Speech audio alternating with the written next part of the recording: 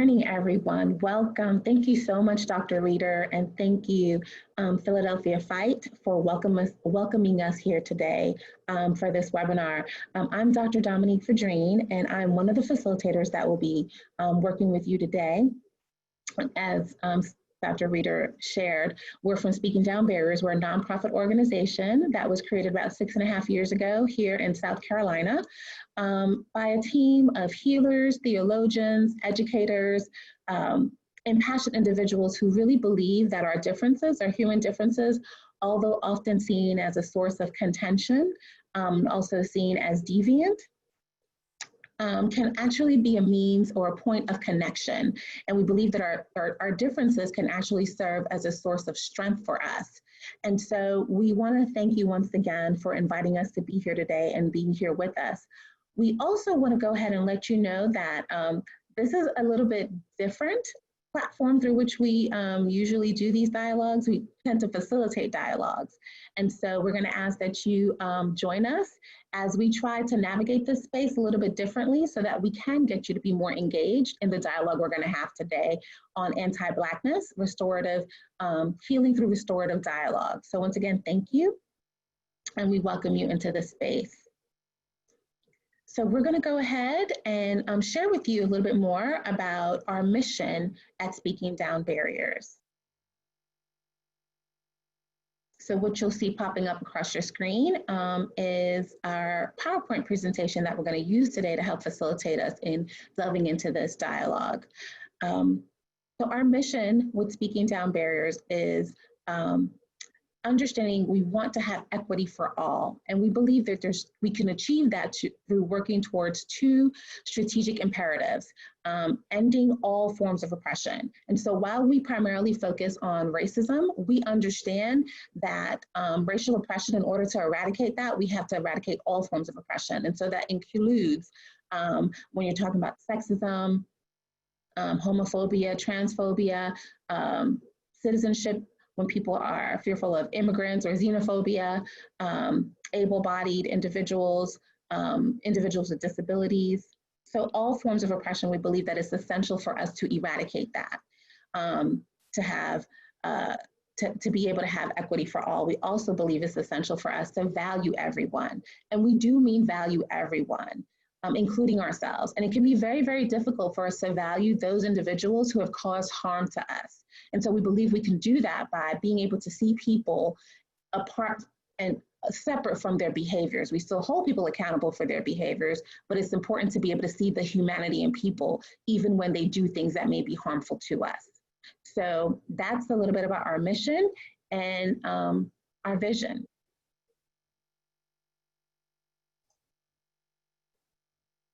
Hello, everyone. My name is Scott Neely, and I serve as strategist and a facilitator with Speaking Down Barriers. Let me just add my word of thanks to Dr. Fadrine's. We're honored to be with you today and really grateful for your engagement with this vitally important topic that we're talking about today and tomorrow. Thank you for being here. One of the ways that Speaking Down Barriers works is through dialogue. It's one of the main ways that we work, and it's one of the major themes that we want to work with you on over these 2 days of webinars on what restorative dialogue is and what makes it particular and what its power is. When we do that, even in this format, it's a little bit different. We'll ask for your engagement. And in order to help us navigate some of the most difficult topics of our lives, of our history, of our shared life together, we want to set forward some community agreements that just guide our way of working with each other. We're not here to agree. We're not here to all get along or to like each other, but we do want to be able to hear each other and think together in order to build a different kind of life together. So our first community agreement is I will show up and choose to be present. Here we are. We've come into the room, but as we go forward, as things become more difficult, as we enter into the depths of this topic, there may be times that we want to check out, to disappear, to log off, or to go into social media, whatever. And we ask that when you find yourself wanting to leave the space, to evade the space, to double down, to recommit to being present so that we can be here in the tension together and find something new. I will speak from my own experience. We are often tempted to generalize our experience into universal experience. This is part of the problem that has created society around us. It's much more powerful when we speak the truth of our own experience and own that, and also listen to the experience of other people. I have a truth to share, and so do you, and we can offer that to one another. I will speak and listen with unconditional positive regard. When we enter into these kinds of dialogues, people say things that we don't agree with, and that sometimes are really off key, and that sometimes are very hurtful. Nonetheless, we've chosen to be here to do this work together. And so, regardless of what comes out of another person's mouth, we want to hold that person with the best of intention, see them as a person of value who is trying, hold each other with unconditional positive regard to give one another grace. We move forward through these difficult times. Will not be a frequent voice. We find that we are talking on and on, that we have so much to share, then it's time to be quiet and listen. We all have a great deal to share, and that means having the space to share it and offering the space for other people to share it. We'll not try to be right or perfect. When we talk about these topics, we sometimes freeze because we're so worried about getting it wrong. We're worried about being seen as politically incorrect or racist or moral or just wrong. And all of that freezing limits our ability to be truthful and grow together. If we give each other space and give each other grace, then we don't have to demand perfection of each other. What we strive for instead is excellence. The truth is that we're all going to get this wrong. All of us have wisdom, all of us have truth, and none of us have the whole picture because we're all deeply mired in these systems that we need to change. So we set aside the drive for perfection and strive instead for excellence together, teamwork. Something is not said, I will say it. Very often when we do trainings and dialogues and gatherings, we'll hear at the end, that was pretty good or that was all right, but I really wish you had said this. And what we want to ask is that you see yourself as an active participant in this. You know that something is not being said, if we're not covering all the bases as we are unable to do in the time that we have allotted, then please you speak it. There are going to be several opportunities for you to write comments in the chat. And the record of that chat is something that we are going to take with us and work on tonight in preparation for the dialogue tomorrow. So we want to urge you to write your thoughts in the chat and to share with us. That is one form of virtual dialogue that we take very seriously and that we're engaging in with you tomorrow. I will treat what is shared in this space as sacred and hold it in confidence. This last agreement contains all of the other agreements. We want to honor the fact that we're here and that we're trying together. We want to push each other and challenge each other. We're not going to go easy on each other. We want to do it with unconditional positive regard. And so what you see and hear in this space is not meant to be shared outside. We respect other people's privacy, respect their comments. We do want you to know that this webinar is being recorded. The comments are being recorded in order to be shared the purposes of training through Philadelphia Fight. But in terms of our personal use of this space, we treat it as sacred, holy space, and one in which we honor the confidence with which one another speaks. These are our agreements to guide us today. Thank you, Devin.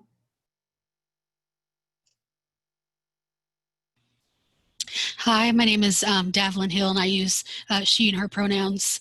I, too, want to say thank you to Philadelphia Fight for this opportunity.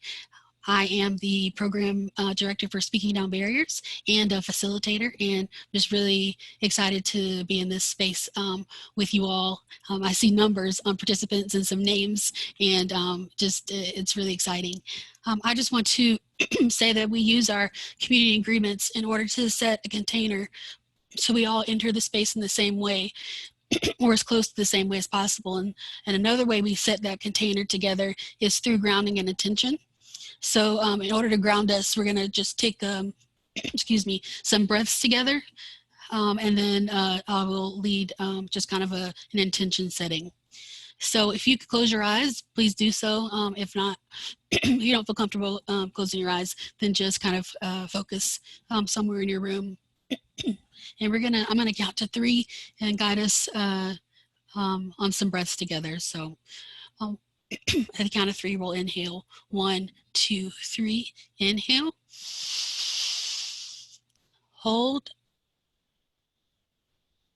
Out. And kind of make sure your feet are on the floor or at least stretched out so that none of the energy is crossed.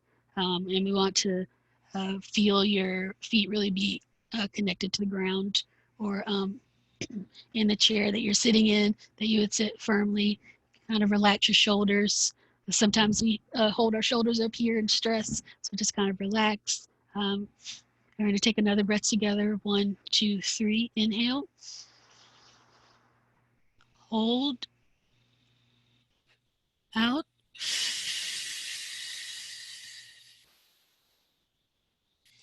And last time. 1, 2, 3. Inhale.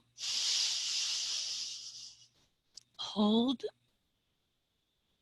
Out.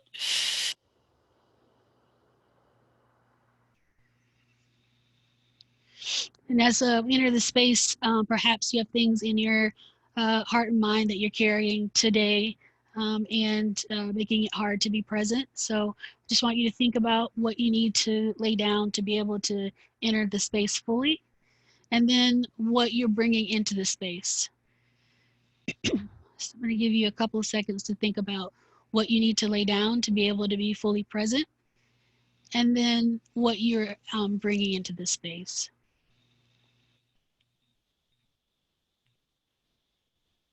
I'm laying down anxiety, distractions, and I am bringing compassion and curiosity into the space today.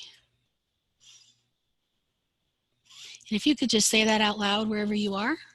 I know that we won't be able to hear each other, but we just trust that those things, it will help for you to just be able to say it.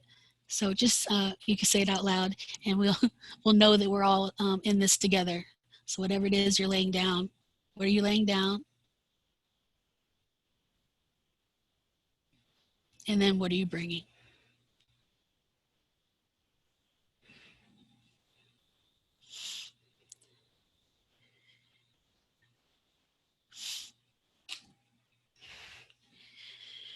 And if you will go back to closing your eyes again for me, we're going to do a land acknowledgement together.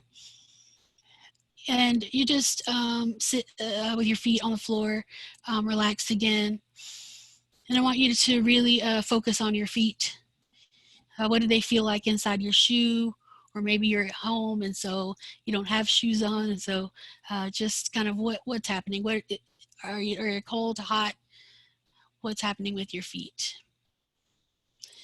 And then I just want you to kind of lift up your feet so that your toes are touching the ground, but that your heels are up. And then like a gentle like march, or a gentle like march in place where your feet are moving. And I want to imagine your feet moving through whatever ground is beneath you, so that your feet are actually on ground, solid ground. What's the ground like where you are? Is it hilly, rough? Is it sand, dirt? What is it like? And then your toes, what do they feel like on the ground? Feel yourself be actually connected to the ground outside of your dwelling. Imagine the freedom that comes with that. So I'm in South Carolina, and it is the land that was stewarded by the Cherokee and the Saluda, the Catawba, and the upstate Greenville, South Carolina. And so wherever you are, there are people who stewarded that land where your feet now imaginarily touch. And they stewarded that land so well so that we still have it today. And we in this space see them and see the stewarding they did and acknowledge that the land was stolen from them and that they were murdered and also killed by disease and forced to leave the land. And we want to honor them today and honor the sacrifice and resist the urge to erase and say they are still alive and well, and to really say thank you. So we're going to take about 20 seconds just for you to, however you can, to say thank you for the land that your feet are able to touch and that we're able to live and dwell because the indigenous folks did that, and enslaved Africans also worked that land.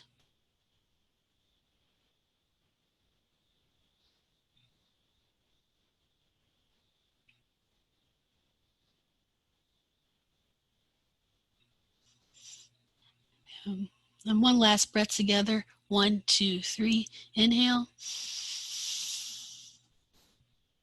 And exhale. Thank you.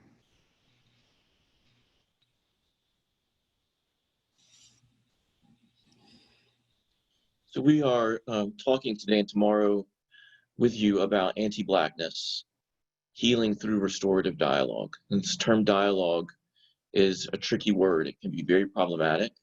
And I'd expect we all have had experience of dialogue that was not helpful and maybe even very wounding. Dialogue can be a way to further establish status quo rather than leading us to transformation.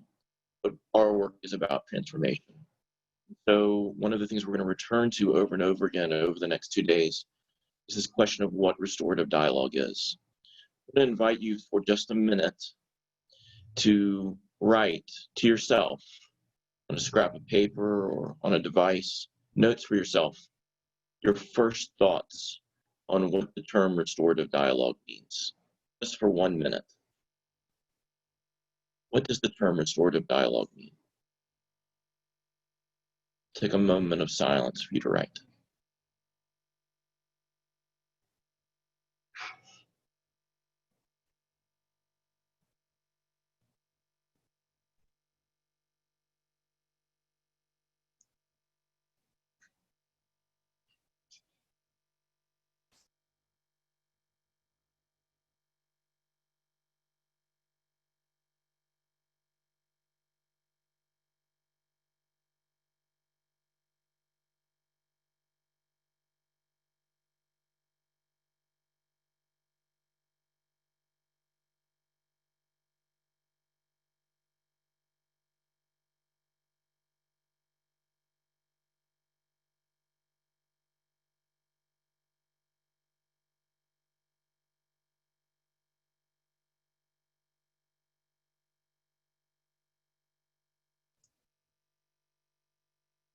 Now we want to invite 2 folks to share their thoughts with us.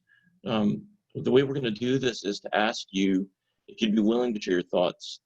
Just raise your hand in the with the participant button to raise your hand, and the facilitators of this Philadelphia Fight will select 2 folks. We know that this cannot possibly represent everyone, but we want to just hear some of your voices as well. So we're going to invite 2 people who would be willing to participate to share their first thoughts on what restorative dialogue means to help us begin.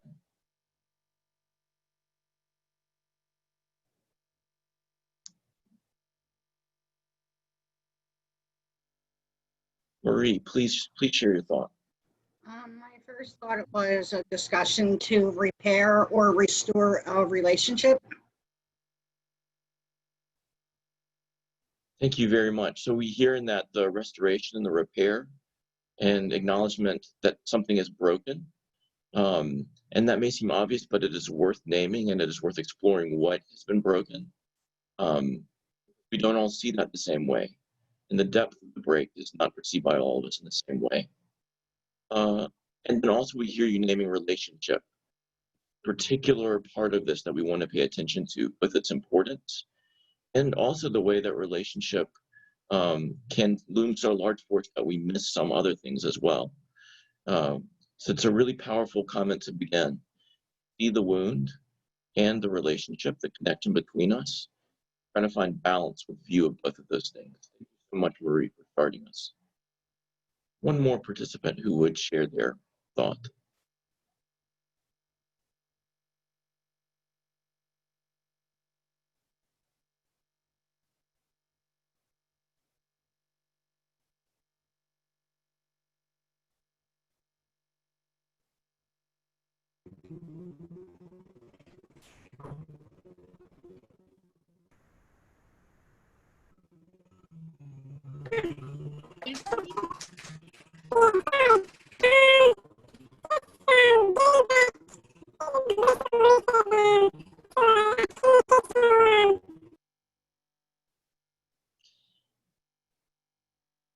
Wasn't able to understand your comment. It sounded like there was a distortion in the audio. Could you try to share that again? And if it doesn't come through clearly, we might ask you just to write it in the chat, because we definitely want to hear the comment that you're sharing.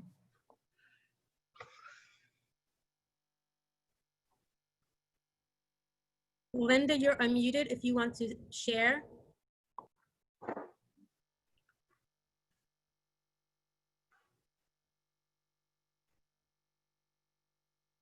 Are you asking me to share? Please do, Linda. Sure. Restorative dialogue to me means an open discussion made new or made possible for those traditionally left out of the discussion. So we hear in that this very powerful word tradition, that there are habits and patterns that are in place. And the word tradition, in some sense, can honor those habits and patterns, but they can also name them and help us see them as problematic. And then we also hear the practice of exclusion, that for much of our history, many people have been intentionally left out of the discussion or excluded from the discussion or silenced in the discussion. And if we just feel that for a moment, rather than taking it as a simple statement of fact, hear the violence that's been done, right? Of people silenced, and how much has been lost by our failure to listen.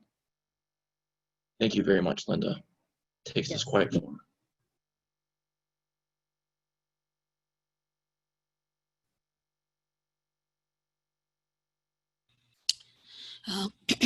Thank you all for entering to this and trying to do it all together to make this happen. When we think about restorative dialogue, and it's something that we do often, it's a large part of who we are. We have monthly dialogues. And there are some components that we'd like to share with you for what restorative dialogue looks like. The first one is that it's transformative versus superficial.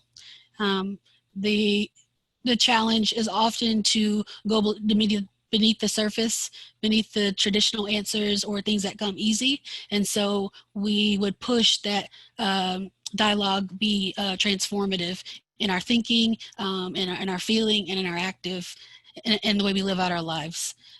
To trust, in this way we think about trust as mutual risk-taking, that when we enter the space together, we are mutually willing to allow the dialogue to be transformative. And so recognizing that sometimes harm can happen when we're vulnerable, but we seek to be a brave space instead of a safe space. So safety can only take us so far, and where safety ends, bravery has to enter in order for us to be transformative and to be mutually risk-taking. The next thing is time. We find that over time, the dialogue goes deeper and has greater healing effects, because as you work together with all these components, time is just can be a natural trust builder when we seek to make sure that we're not harming each other and come with that mutual vulnerability. a consistent container. What we mean by that is the way we set up our dialogue this morning. We set it up with community agreements that we would traditionally all agree to keep and to the best of our ability. And we do that every single time we have a dialogue. And so that consistency builds trust because people know what to expect. Conflict. So conflict is going to happen. Disagreements are going to happen.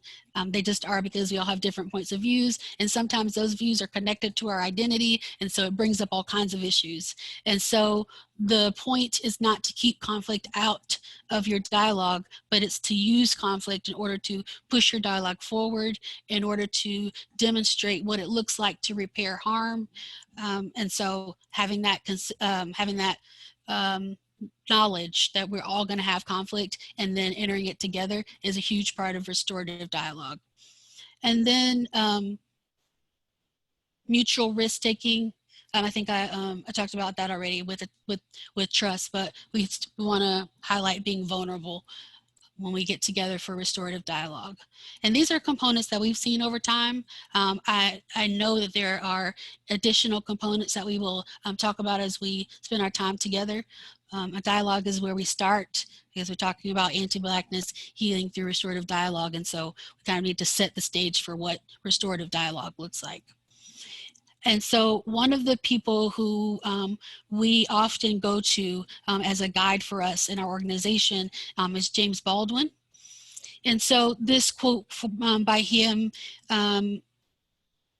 sets the stage for what it means, the difference between disagreement and oppression. So we can disagree and still love each other unless your disagreement is rooted in my oppression and denial of my humanity and right to exist. Because that's not, oh, that's just my opinion. If I am, actively having ideas and actions that oppress people in dialogue, especially when you're doing restorative dialogue, if you're having a conversation and someone is violent in the way they communicate, that's not an opinion. That's oppression. And so we would call that out in a dialogue versus an opinion about an idea. It's not a character attack, or ways that we can often be violent is to not speak in I statements and then use community to say you are wrong. That is a way that we won't allow dialogue to happen. And so I think that's important to make that distinction between opinion and oppression.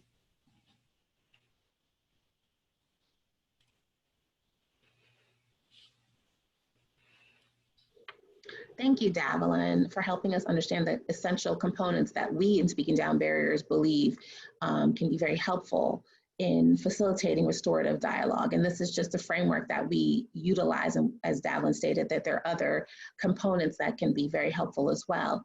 And so what I'd like to do at this moment is have you all take a moment and think about, when does dialogue promote healing? When does dialogue promote healing? And so what I'd like for you to do is to go ahead and write your response in the chat. And what I'll do is read off a couple of what you've written in the chat about when dialogue promotes healing. And then I would ask if 3 people would be kind enough to and brave enough to raise their hand using the participant, the buttons across the participant section of the screen, bottom of the screen. And then Dr. Reader, if you can assist, and after I've read the few comments in the chat, if you can assist with those who've raised their hands to enable them to share their comments on when does dialogue promote healing.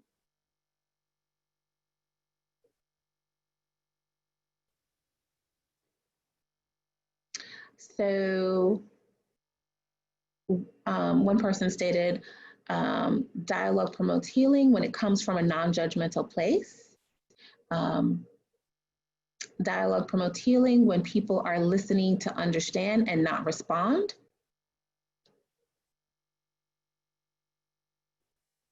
When ears and minds are open to the dialogue.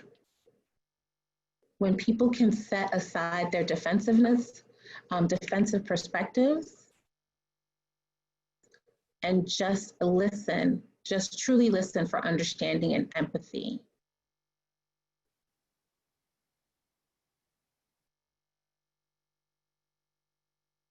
One person stated dialogue promotes healing by talking through a disagreement. Otherwise, the issue will linger and fester. When people feel seen and heard. Thank you so much for sharing your thoughts on when dialogue promotes healing. Do we have anybody who would be willing to voice their thoughts on when dialogue promotes healing?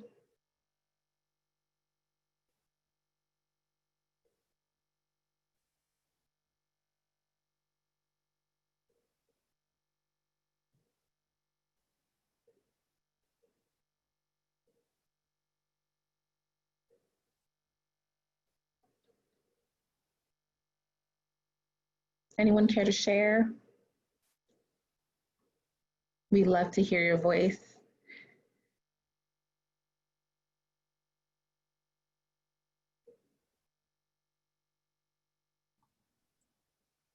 Okay. Good morning. So I wanted to just share that I think dialogue can promote healing when we actually are acknowledging, when what we've said can be acknowledged. We might not expect people to agree with what we've said, but to really feel heard, and for someone to at least acknowledge that they have actually heard what we have said and our point of view. I think that can really promote healing, even though it may not be agreement. Thank you so much for sharing that. And I think that is essential, what you stated about healing can still be promoted, even though we don't necessarily have agreement about what we're talking about. And a big piece of that is being heard. And several people in the chat shared that as well. That part, dialogue can promote healing when individuals are feeling heard. And feeling heard doesn't always mean that we agree. It just means that I'm listening to what you're saying. What you're saying has is acknowledged. So thank you for sharing that. Anyone else want to share their thoughts on when dialogue promotes healing?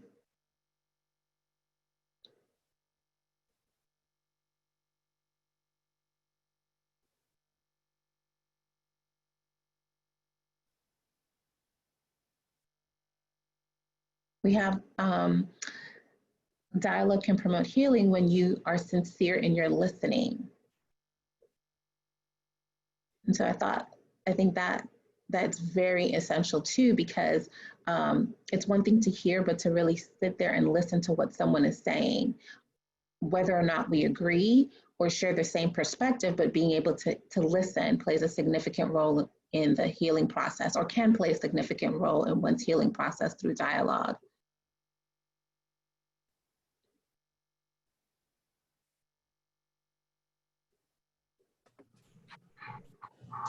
One person said, I believe dialogue can bring about inclusiveness by healing from diverse perspectives and people. Thank you so much for sharing your thoughts on when dialogue can promote healing.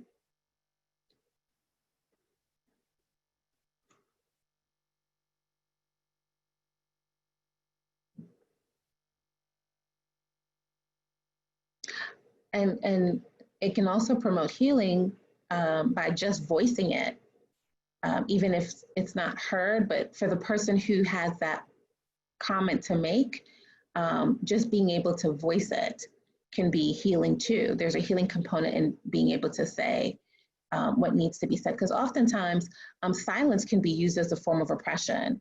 So I really do appreciate that person who stated just being able to voice what you feel needs to be said can help. Okay, I believe there's one more person who'd like to share, voice their thoughts on when dialogue promotes healing. Please feel free to go ahead and share. Okay, I wasn't sure if we had to wait to be called upon. I was thinking that dialogue can really only promote healing or be restorative if the power dynamics are more level. So if I'm in a dialogue, say with a supervisor who has the power to fire me, if I feel physically intimidated by someone, if I'm someone's oppressor or they have oppressed me in some way, I think that sometimes it's difficult to be fully participatory in a space like that where there's like real risk. Sure. Thank you for pointing that out, and you're absolutely right. There, depending on the power dynamics at play, that can significantly hinder dialogue from from promoting healing. So that's definitely important. And I hear when you say possibly being on the same level of power, or sometimes what may happen, and it's happened with us on our team, there are settings that we've gone into, and even though I'm the lead facilitator, and I'll state that sometimes people will go ahead and think Scott is the lead.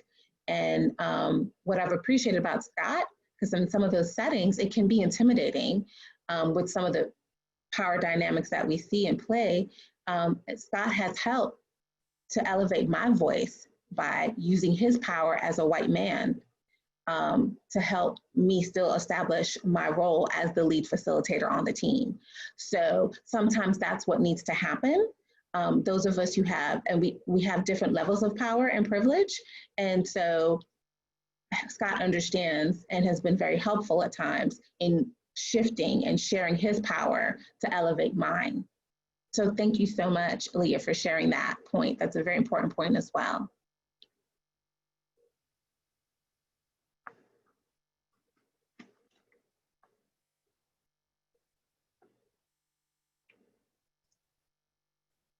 Topic for today and tomorrow is anti-Blackness. We want to explore with you what anti-Blackness is, where it comes from, how it operates. Not an isolated phenomenon, it is developed out of a larger system. We want to begin this discussion with a short video that talks about systemic racism. Restorative dialogue, and one way of understanding restorative dialogue is the freedom to speak the truth and the courage to confront the truth without having to arrive at resolution.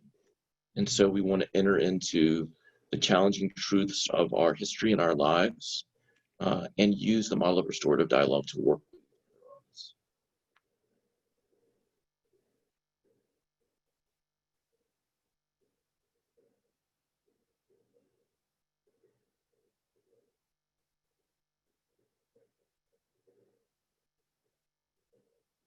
One moment, please. I'm about to share my screen.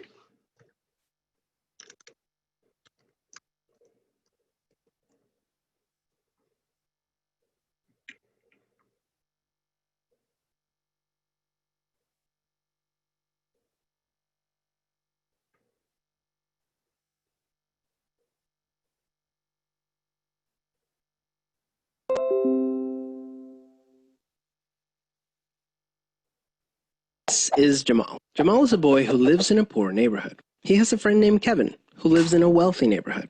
All of Jamal's neighbors are African American, and all of Kevin's neighbors are white. Because Jamal's school district is mostly funded by property taxes, his school is not very well funded. His classrooms are overcrowded, his teachers are underpaid, and he doesn't have access to high-quality tutors or extracurricular activities. Kevin's school district is also funded by property taxes, so his school is very well funded. His classrooms are never crowded, his teachers are very well paid, and he has access to high-quality tutors and lots of extracurricular activities. Kevin and Jamal live only a few streets away from each other. So how come they're growing up in such different worlds with such different opportunities for success? The answer has to do with America's history of systemic racism. To understand it better, let's look at what life was like for Kevin and Jamal's grandparents. Decades after the Civil War, many government agencies started to draw maps dividing cities into sections that were either desirable or undesirable for investment. This practice was called redlining, and it usually blocked off entire black neighborhoods from access to private and public investment. Banks and insurance companies used these maps for decades to deny black people loans and other services based purely on race. Historically speaking, owning a home and getting a college education is the easiest way for an American family to build wealth. But when Jamal's grandparents wanted to buy a house, the banks refused because they lived in a neighborhood that was redlined. So Jamal's grandparents were not able to buy a home, and because colleges could prevent them from attending through legal segregation, their options for higher education were really scarce. Kevin's grandparents, on the other hand, got a low-interest loan to buy their first house and got accepted into a handful of top universities, which traditionally only accepted white students. This opened up a wealth of opportunities that they were able to pass on to their kids and grandkids. Even as late as the 1980s, an investigation into the Atlanta real estate market showed that banks were more willing to lend to low-income white families than to middle or upper-income African-American families. As a result, today, for every $100 of wealth held by a white family, black families have $5.04. A 2017 study confirms that redlining is still affecting home values in major cities like Chicago today. This explains how Kevin and Jamal inherited vastly different circumstances. Unfortunately, the story doesn't end there. A big part of systemic racism is implicit bias. These are prejudices in society that people are not aware that they have. Let's go back to Kevin and Jamal. Against all odds, Jamal manages to be the only student from his high school to get accepted into a great university, the same one that Kevin and his high school friends are attending. But after Kevin and Jamal both graduate, Jamal notices that his resume isn't drawing as much interest as Kevin's, even though they graduated from the same program with the exact same GPA. Unfortunately for Jamal, studies show that resumes with white-sounding names get twice as many callbacks as identical resumes with black-sounding names. Implicit bias is one of the reasons why the black unemployment rate is twice the rate of white unemployment, even among college graduates today. You can see evidence of systemic racism in every area of life. The disparities in family wealth, incarceration rates, political representation, and education are all examples of systemic racism. Unfortunately, the biggest challenge with systemic racism is that there's no single person or entity responsible for it, which makes it very hard to solve. So what can you do? The first thing you can do is work towards becoming more aware of your own implicit biases. What are some prejudices that you might hold that you're not aware of? Second, let's acknowledge that the consequences of slavery and Jim Crow laws are still affecting access to opportunity today. As a result, we should support systemic changes that create more equal opportunities for everyone. Increasing public school funding and making it independent from property taxes would be a great start, so that poor and wealthy districts can receive equal access to resources. Systemic problems require systemic solutions. Luckily, we're all part of the system, which means that we all have a role to play in making it better. Peace.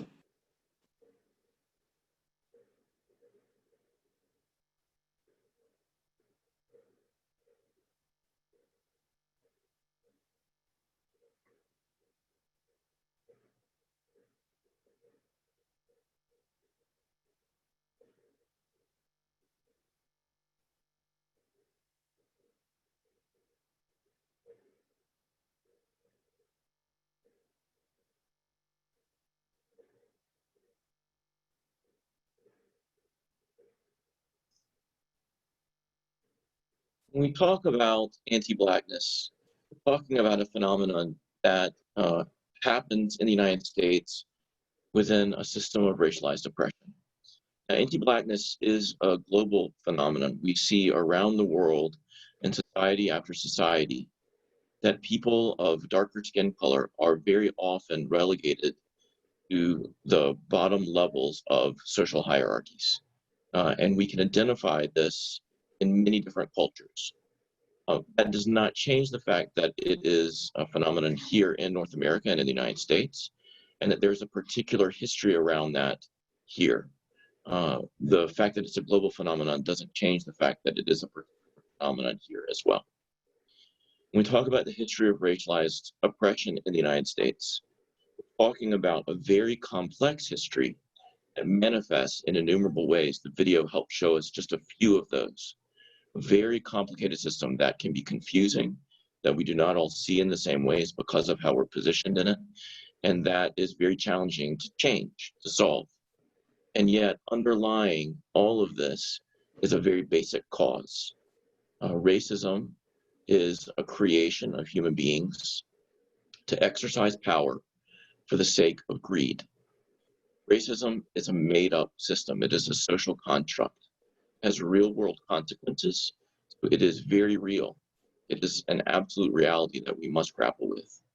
But it is a fiction created by people for the sake of exercising power, power over land acquisition and power over labor, and power over political processes to maintain the power that it can gain for the sake of greed. One of the places that we see the creation of the racialized hierarchy in the United States is even before the United States itself came into existence, the Jamestown colony in Virginia. During that time, in 1676, it was a rebellion between two white planters, one who was living on the frontier and who wanted greater access to indigenous land, who wanted to make total war on the Native American populations in Virginia in order to attain greater land acquisition. And the governor of that colony, who wanted a more partial approach. He still wanted land acquisition from Native Americans, but he wanted to try to keep a certain amount of peace in order to maintain and slowly increase the gains made by the Virginia. This revolt, this conflict between these two white planters is called Bacon's Rebellion. And for our purposes, the key thing to know is that Bacon, the white planter who revolted against the Virginia colony, organized a multi-ethnic coalition of laborers to fight for greater access to indigenous lands. Bacon lost that rebellion, but in the aftermath of it, the Virginia colony looked at what had happened, saw what had threatened the establishment of that colony, identified one of the greatest threats to the economic structures of the Virginia colony as the multi-ethnic coalition of laborers that Bacon had formed. They began to change the use of language in the Virginia colony and to create laws that intentionally identified some laborers now no longer as coming from Europe or from Africa, but as Black and white. And they slightly incentivized white laborers, only slightly, but just enough, in order to keep Black laborers in place so that the entire economic system would remain stable by slightly incentivizing white laborers, not by much, but just a little, to keep Black laborers in place, not to help them escape, not to help them fight for greater rights, but continue to work under the harsh conditions in which they were working. The entire structure could be maintained. And out of this arose a system of racialized oppression that we still have today, where people who are identified as white are at the top of the hierarchy. And this includes all white people, both wealthy and middle class and poor, to whom all accrue certain privileges that are not afforded to others. In the middle of this hierarchy are people of mixed ancestry, or of indigenous descent, or of Latinx descent, of Asian descent. These are all people who experience racialized oppression in the United States, discrimination, exclusion, harsh labor conditions, all have been experienced and suffered by the people in this larger category. But the history of racialized oppression affords these people some privileges, slight as they may be, in order to maintain Black people at the bottom of the hierarchy. We think, for example, of people of Asian descent, sometimes being called the model minority. They are praised and in some ways incentivized to fit the stereotype of model minority, high achieving in school, high achieving in workplace, compliant in the workplace, in order to create a very stable system of hierarchy that still continues to privilege white people. Important to say when speaking about this, that class is a factor, but even for poor white people, the privileges that are accrued are real. And so white privilege is not a promise of an easy life. In fact, it makes no such promise, but it does promise certain benefits that are not afforded to others. The hierarchy that began to take shape even before the United States came into existence. It is all based on the acquisition of land and the exploitation of labor. In other words, greed. And one of the things that we need to see in this hierarchy, difficult as it is to look at this, confusing as all the ways it manifests can be, one of the things that we need to see is that it is very effective. It has stood the test of time. And one of the most difficult things about our history is that as we awaken to this hierarchy, we see the ways in which we have treated people violently and exploited them and excluded them. And if we, as we have tried to change our laws, to change our cultures, patterns of racialized oppression. So we move from enslavement, sharecropping, to Jim Crow, to mass incarceration.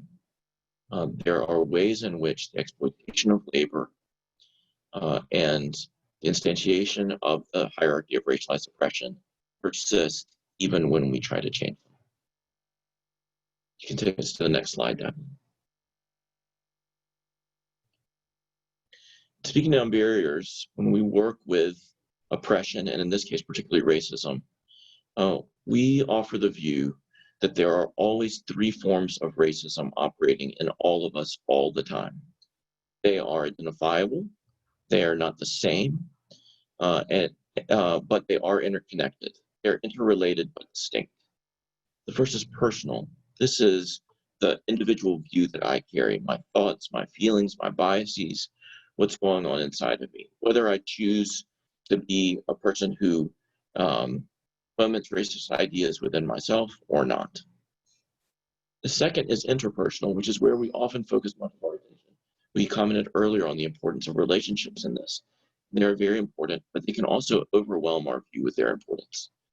Interpersonal is how we treat each other in a small group basis or one-to-one, how we interact with each other in the store or at school or at work, on the sidewalk, just out in the world. Will I be a person of kindness or not? The third form of racism is systemic.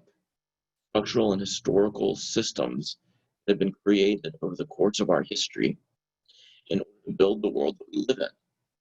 Well, none of us created the original systems of our country, but we have inherited them and we live within them, and they do shape us. That doesn't mean that we don't have personal agency. We do, and we can impact systemic structures that surround us, but they certainly affect us.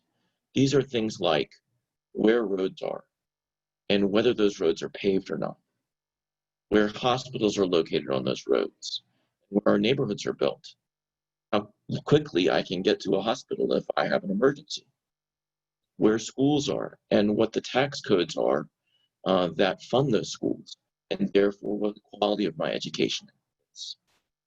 All of these things that are the physical, legal, social, economic structures of our lives that affect us and that shape our lives, regardless of whether we choose to act with kindness towards one another, and regardless of what I think within myself individually.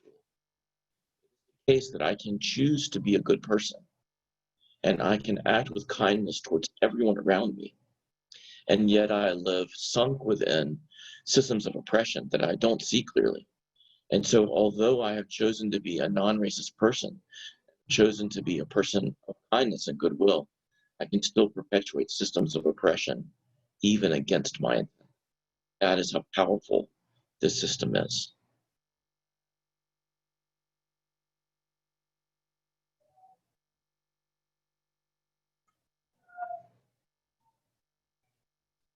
When we think about anti-Blackness, we want to see where it's coming from. Anti-Blackness is a creation of systems of white domination. When this nation began to form by white colonists and white settlers and their descendants, there were intentional strategies to create a system of dominance that privileged them. Just what happened. And the laws are clear.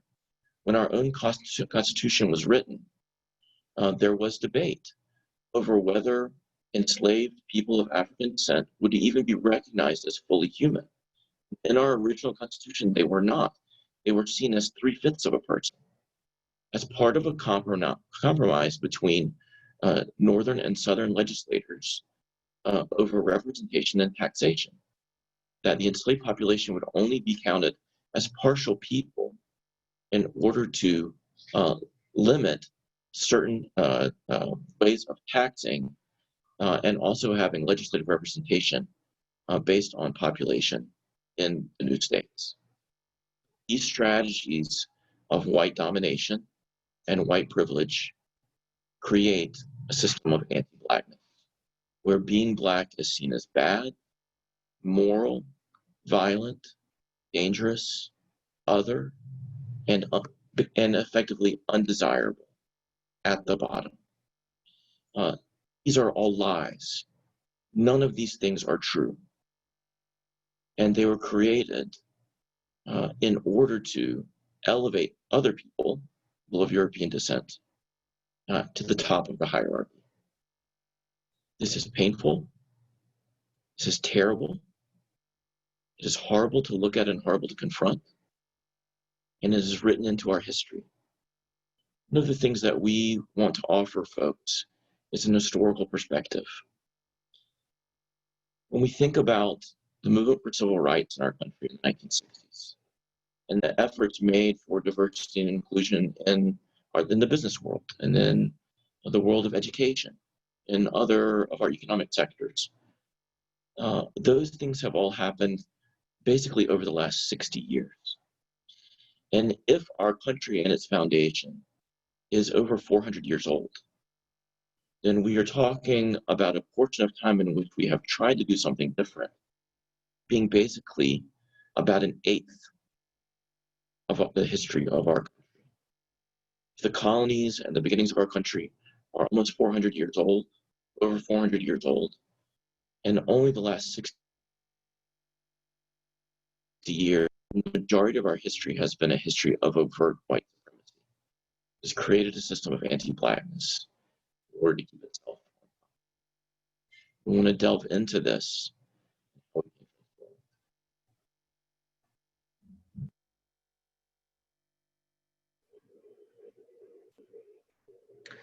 So thank you so much, Scott, for helping us see how anti-Blackness upholds the racial hierarchy of this nation, which this nation has been built on. So what is anti-Blackness? And when we talk about anti-Blackness, it's important for us to have a good understanding or a framework to work from. And so the framework that I'd like to share with you today is that anti-Blackness is more than just racism against Black people. It's our society's continued inability to recognize Black people's humanity and the disdain and disregard for Black people's existence. And so because of our society's inability to recognize Black humanity, it's seen as disposable. And it's okay. And if you look at the images that are across your screen right now, there's plenty of examples of anti-Blackness. And that inability to recognize Black humanity is exemplified, unfortunately, in the murdering of George Floyd in May by police officer Derek Chauvin. And the manner in which he did it speaks clearly as to the disdain and disregard for Black life and Black existence. We see that with Breonna Taylor, who was murdered in her sleep by state-sanctioned violence. We see that by Tony McDade, a member of the trans community who was murdered, right? We see that when we talk about Black fathers in the Black community and say that they're not involved, they're not involved fathers, but in actuality, research shows that Black men are one of the most involved fathers in families. We see that when we talk about Western science, where Western science shares that, Black people are inferior to white people. So it's important to know what is anti-Blackness and that it's more than just racism against Black bodies, right? It's the inability to recognize Black humanity. And as Black people, unfortunately, we are often despised, but at the same time seen as useful counterpoint for others to measure their own humanness against. So that's also important for us to pay attention to when we're talking about anti-Blackness in this country and the impact that it has on us.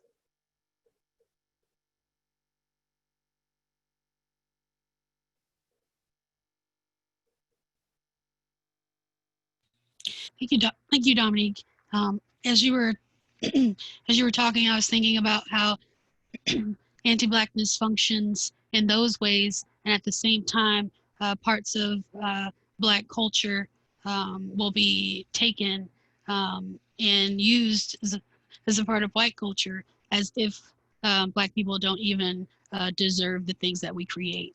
The things that we create could be stolen and taken and profited off of just by white supremacy as a whole. And then, yeah, we're told that those things are bad if we do them. So I just think that's very interesting. Internalized oppression is one way anti-Blackness functions within Black people, and you'll see some examples of that.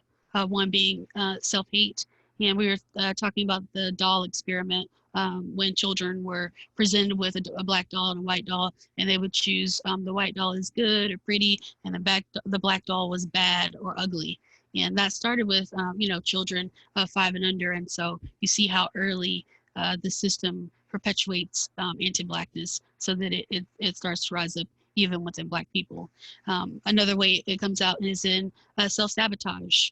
And we just want to highlight the example of employment and sometimes self-sabotaging opportunities that we'll get, excuse me, because we feel like we don't deserve them. And so sometimes we don't show up for ourselves, or I could say I don't show up for myself. Or it comes into a self-fulfilling prophecy. For example, I start believing, oh, I don't really deserve this job, not really that qualified, even though I have all the things that I need for the job. But in your mind, those things are rolling. And then you have the interview and your alarm clock doesn't go off on time. And so then you're running late and clothes aren't ready. And so you get to the interview and you're late and they're like, oh, we can't really work with somebody who's, not timely. And so now you're like, oh, see, I knew it. I knew I wasn't going to get that job. And so that's, a form of self sabotage and self-fulfilling prophecy that all starts because we're bad, to start out believing that we're bad based on anti-Blackness. And then the last thing is that sometimes Black people will choose to uphold white supremacy. And saying before we could name names, but we won't. But I will say that this comes about, like, for example, with the murder of George Floyd. We have some prominent Black people who will say he's not a martyr, he shouldn't be uplifted because he's a criminal. And you're like, you're what? You're Black and you're looking at this situation from that perspective to call out the human. Don't see him as a human, and that's the problem. The ideas about what happens and whatever is different from not upholding someone's humanity. And so sometimes we uphold white supremacy, we'll do that, or to say I pulled myself up by my bootstraps, I did it by myself, why can't these other Black people do it by themselves? Not realizing that you got privileges from white supremacy because you bought into it for whatever reason. Close proximity to other white people affords some privileges sometimes. And so that will give us extra access. And when we don't share that access, it starts to be like, oh, I did it by myself. When in actuality, no one does anything alone ever. There's always some kind of community support. So these are just some ways that we just saw the internalized oppression shows up in Black people. And Davlin, I just wanted to just add a little bit to what you said in regards to the example with George Floyd's murdering and how sometimes with internalized oppression, we uphold white supremacy by stating, well, if he wasn't a criminal or what have you, this is how anti-Blackness works. So because he's devalued, he's not even allowed or afforded to have to go through the criminal justice system that would say, okay, we're going to arrest you, and then you're going to be considered innocent until proven guilty in a court of law by your peers. So that's how anti-Blackness works, right? It's the very system that would arrest them in the first place that's over-policing, and opportunities are afforded to some white people to get off in those situations through having the wealth to provide a good lawyer. And so there's so many things that even get someone into the system that are already anti-Blackness, and then you add the murder. So what we want to do is to have just a conversation between Dominique and Scott and myself, and just give you the opportunity to just listen in, and as we dialogue around the idea of internalized depression and the stories we would tell. So Dominique, what would be a story you would tell of internalized depression? So some of you may know my background. I'm Haitian American, so my parents were immigrants from Haiti to this country. And when we, growing up, my parents would always tell me, you have to work 10 times as hard because not only are you Black, but you're also Haitian. And in my home, we would see images, negative images, portrayals of Black Americans, African Americans. And at that time, in the area that I lived in, a lot of times people would kids would get teased by African American kids.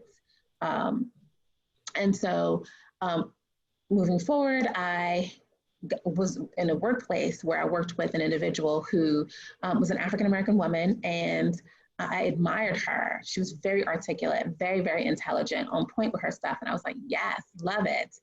But in my mind, I was like, sad, we can't be friends. She's African American. I'm not going to be able to be her friend. And I had to challenge that in myself. And I'm thankful that I did, because we've been best friends for over 20 plus years. So I really do appreciate not allowing internalized oppression to win in that sense. So that's my story. Scott, what's your story that you'd like to share around internalized oppression that you think is important to tell? So when I think about the effect of white supremacy on white people, there is an effect that it has to stunt people, to stunt our imagination and our growth as people. There is no question that it privileges white folks, and I don't want to minimize that at all, not at all. That's the reason it was created. And those benefits are enormous. The difference of living or not, in some cases. And through that, it has a way of limiting the growth of white people, especially morally. It creates a kind of moral upside downness where we make claims of being people of ideals or people of high moral standards. In fact, we do the very opposite. So one example would be all this country, the land of the free and the home of the brave. But we have incarcerated more people in this country since 1968, since the Civil Rights Movement, the Voting Rights Act of 1965. We have incarcerated more human beings than any other nation in the history of humanity. And that is an act of fear to try to control and manage population. And it developed out of a strategy of fear, of political campaigns activating white fear, so that we are the opposite of the land of the free and the home of the brave. We're the land of the incarcerated and the home of the terrified and cowardly. But we tell ourselves the opposite. And one other example I would offer is every 4th of July, we celebrate the violent insurrection of a small band of rebels against their legal government. And we call that the War of Independence. Now, I'm not pro-British, and I'm glad to be a citizen of the United States. But it is very strange that we celebrate that violent, illegal insurrection with such fervor. And then when civil rights protesters march for their guaranteed rights in the Constitution, we demean them, we attack them, we criminalize them, We call them un-American and unpatriotic. The people who revolted in order to form this country were rebels breaking the law, and they did it violently. Nonviolent protesters are exercising their constitutionally given rights, advocating for fair treatment under the law that is already guaranteed them. It's the implementation of the law that is failing them, and yet we portray them as unpatriotic and criminal. And that's another example of how we claim an ideal, but live the lie. Our morality is upside down. And it's white supremacy that has caused that, because everything is operating to keep us in power. What's the story you would tell that one? Yeah. My story would be one of internalized, I guess it would be self-hate, I guess. When I think about being called a Oreo when I was growing up, and for people who don't know, Oreo, black on the outside, white in the middle. So, people would, say that I acted and talked white. And so I felt disconnected to my roots and the black part of me. So thankful that I had a large family to kind of be the other side of that grounding. But it was very hurtful. And so I made lots of white friends because I felt more comfortable, but still there was always a little distrust.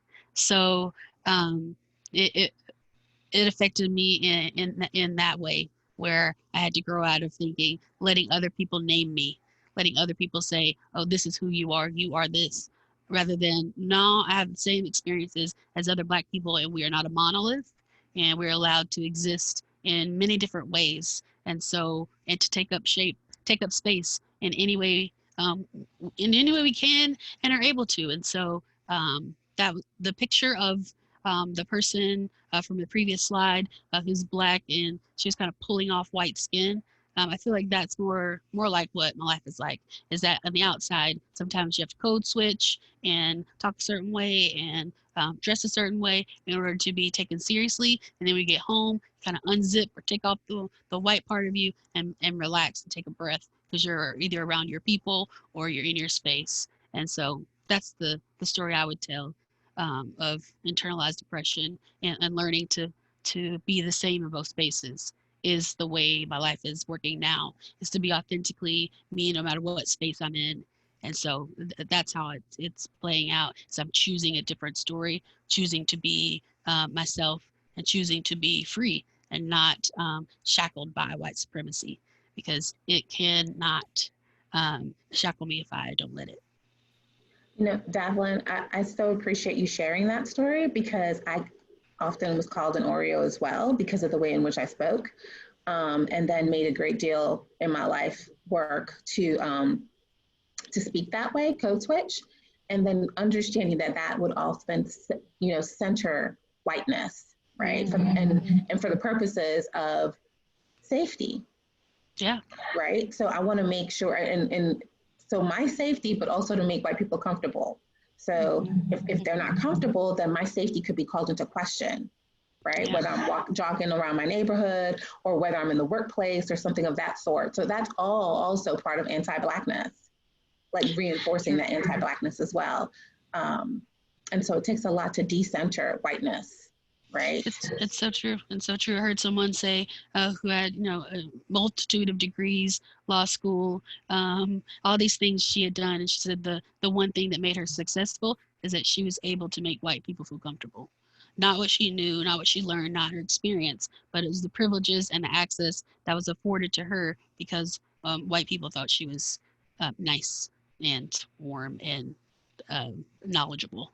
So she got access. So that was really interesting to me, and oh, wow, that's not how I want to be, as a nation. And then what is the cost to her to do that? Yeah. Right. Yeah. Indeed. And we really want to hear what you all think. Where do you see anti-Blackness show up? And so we want to keep the kind of same rhythm that we've had before, where you can write in the chat where you see anti-Blackness show up, and we'd love it. We know this is a vulnerable question, but we'd love it if we could get it looks like it's 12:15. So 1 or 2 people to share with us where you see anti-Blackness show up, and then we'll also read out some things in the chat. And I just want to reiterate what we said at the start of the session, that everything you write in the chat is something that we're going to have a record of so that we can really hear you, and it will inform some of what we do tomorrow. So we want to urge you to write in the chat. It's one form of virtual dialogue that we can engage in with you. So please do share your thoughts. And also, after we have this, we're going to open up for question and answer. So be sure to enter your questions in the Q&A box. So where do you see anti-Blackness show up? And you can raise your hand to share that out loud, and include some things in the chat also.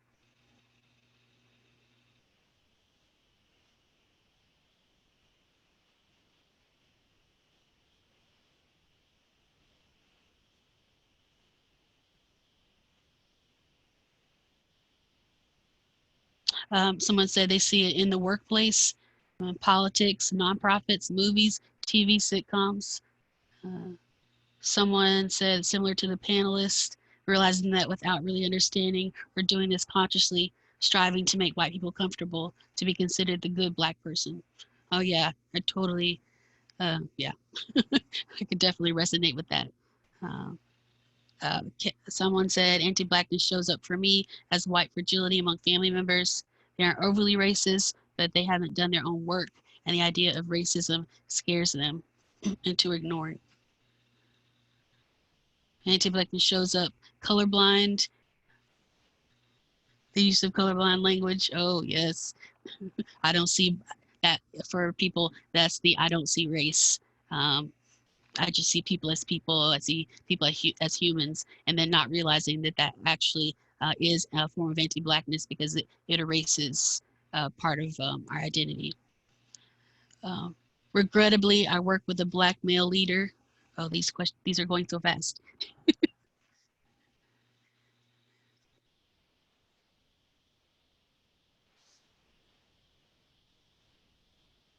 I see anti-Blackness in public transportation system, especially bus stops. There's no shelter provided for people who have to wait for the bus. People often have to stand exposed to the weather, sun, rain, and snow. There's no place to sit. I've seen people on the ground trying to find a place to sit. People with children, it's not right. Some people just don't have cars. Yeah, that's a very pointed, specific example of how anti-Blackness shows up, especially who ends up taking the bus in those situations, and then they aren't provided for. Thank you for that. Does anyone? Well, actually, we'll have to open up the question and answer as well, if no one wants to share.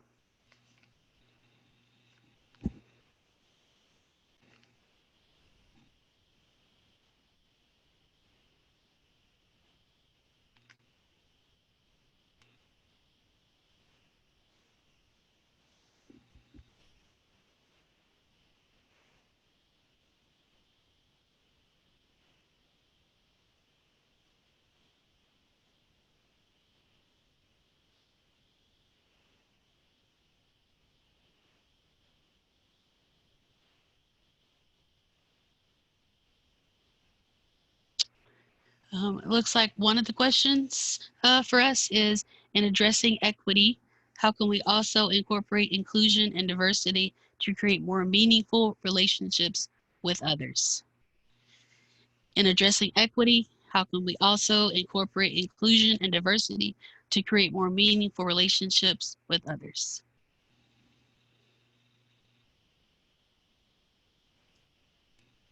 That's for all of us.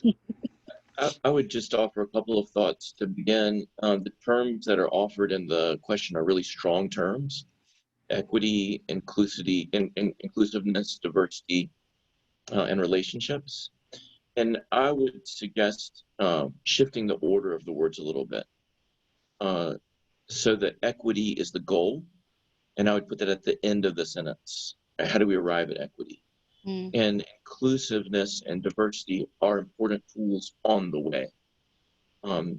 That inclusiveness and diversity are far, far better than the outright exclusion and violence that we have had as the majority of our history. Right. They are 100% better than that. But as important as they are and as better as they are, they do not go far enough.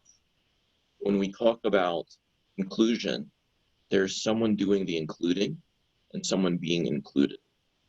There is a center of power that is disguised in the word. Power hasn't shifted. And when we talk about diversity, what is implied with the word diversity is diverse from something. There is a hidden norm, an unspoken norm of behavior, of appearance, again, of power, and then an acceptable range of variation from that diversity. And so what we would challenge is moving through inclusiveness and diversity, which are much better than what came before, but pushing to a real sense of shared power and teamwork, which is equity, where we are living in mutual regard, mutual risk taking, mutual resources with each other, living for all. And that's the way that we build relationships, by building towards that deep work. Not just so we get along with each other or have friendships or like each other, which are all good. They're all wonderful. But so that we are really living for each other. So one person asked, why is it always necessary to make white people feel comfortable? I don't always feel comfortable around them. And so if we look at it from a historical perspective, this is just my take on this. The reason why it's, in my mind, necessary to make white people comfortable is because we know historically, when we were enslaved, that's how we survived, by making the master comfortable, making his children comfortable, making his wife comfortable.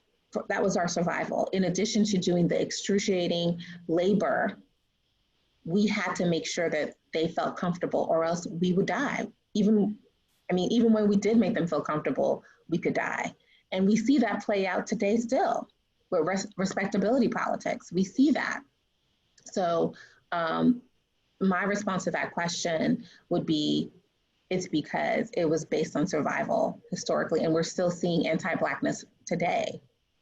And so it's a matter of safety most times as to why that happens. Next question is, will there be a call to action, resources, or things we can do to work on this in our personal and professional lives? Well, you're in luck. There's actually a part 2 to the series. And so we're going to leave you kind of in this area of discomfort, and which is an actual place of transformation, especially when we talk about restorative dialogue. This place of kind of discomfort and like, what are we going to do is real. And so we're going to leave you that, but we're coming back tomorrow, and we will continue to talk about this, about how dialogue can actually be healing. Restorative dialogue can be healing.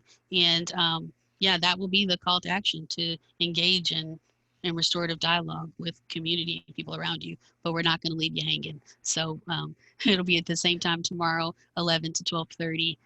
Make sure you register. And that is, yeah, that's that question. And I would want to just add to that, that the practices that we are utilizing in this webinar are all actions. They are practices of transformation. And we don't mean that in a way or a glib way. So the practice of just listening, like we'll do with the chat this evening, when we process all of the comments that you have offered, that is an engagement to really hear one another. And that is a very different stance than dominating or making assumptions or wielding power over one another, being vulnerable to one another. Just the act of listening is a move towards equity and transformation, to be open to one another, to take mutual risks. And the confrontation with truth, even when we disagree with truth, even when we have different advantages on it, the courage to face that is a transformative act. It's brace, work in our guts, as well as on our minds.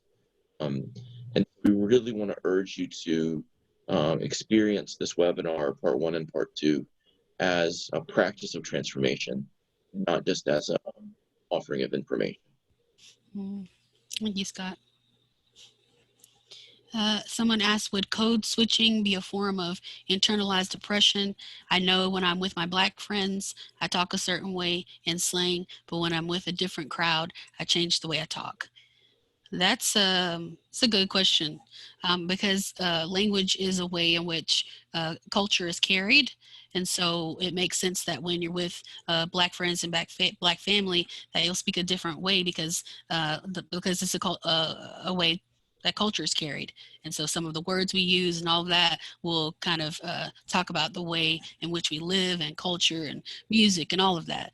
And at the same time, it's like, is it like a switch completely? And so that you're doing it so that you'll be, you can make people feel comfortable, or you don't have to, deal with answering questions, or, so you have to do a little internal work about what it is you're trying to accomplish with the code switch. Is it just that, oh, I'm just not with my family and friends, so I don't feel comfortable, sharing the same kind of cultural language? Or is it because I'm trying to make white people feel comfortable, and or I don't feel comfortable speaking the way I want to because I feel like it's not safe? And safety doesn't necessarily mean death. Safety can sometimes just mean people won't let you belong, or you feel like your character or your life is the way you show up in the world is being threatened. So that's what I would say.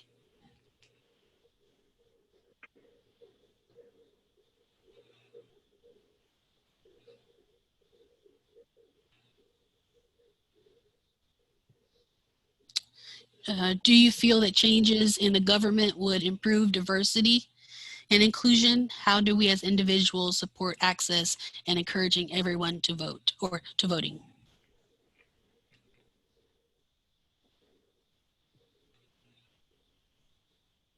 Yeah, I definitely think that the way we govern ourselves and the way we engage politically is a part of this. It is not everything, and we don't need to be tricked into thoughts.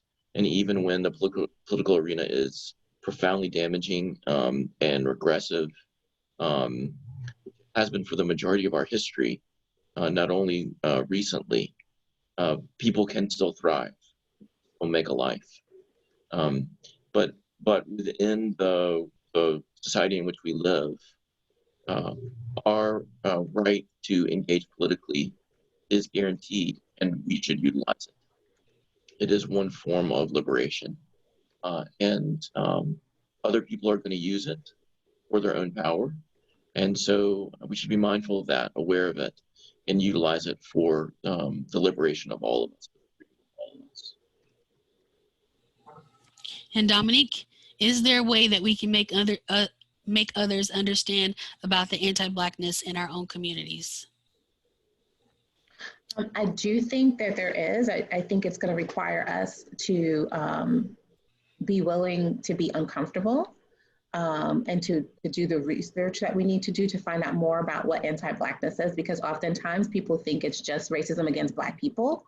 But if you do the research, you will see what we've been talking about. Just look at, the US Congress, 90% white.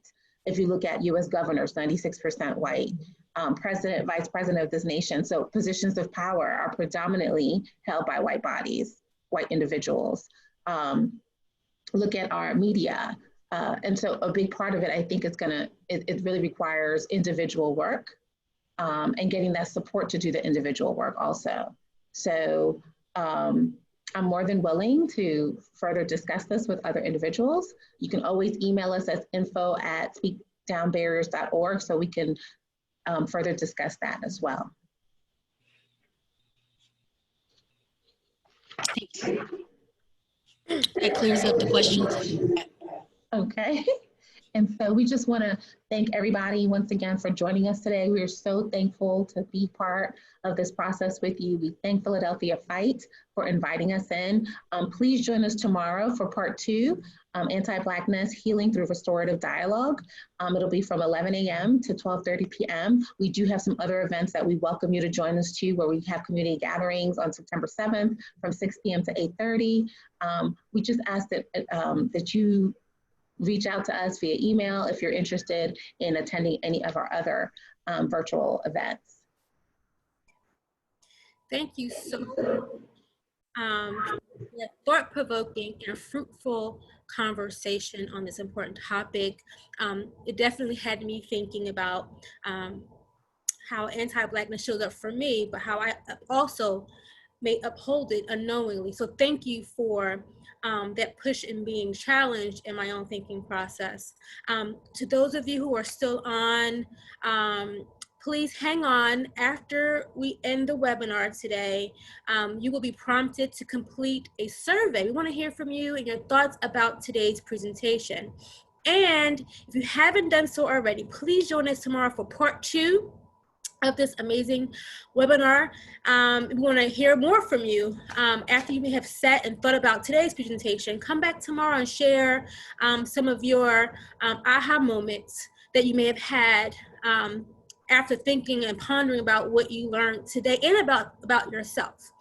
And so without further ado, we're going to end this presentation. Again, thanking Scott Neely, Dr. Vidrine, and Davlin for your time and willingness to share your knowledge on this important topic.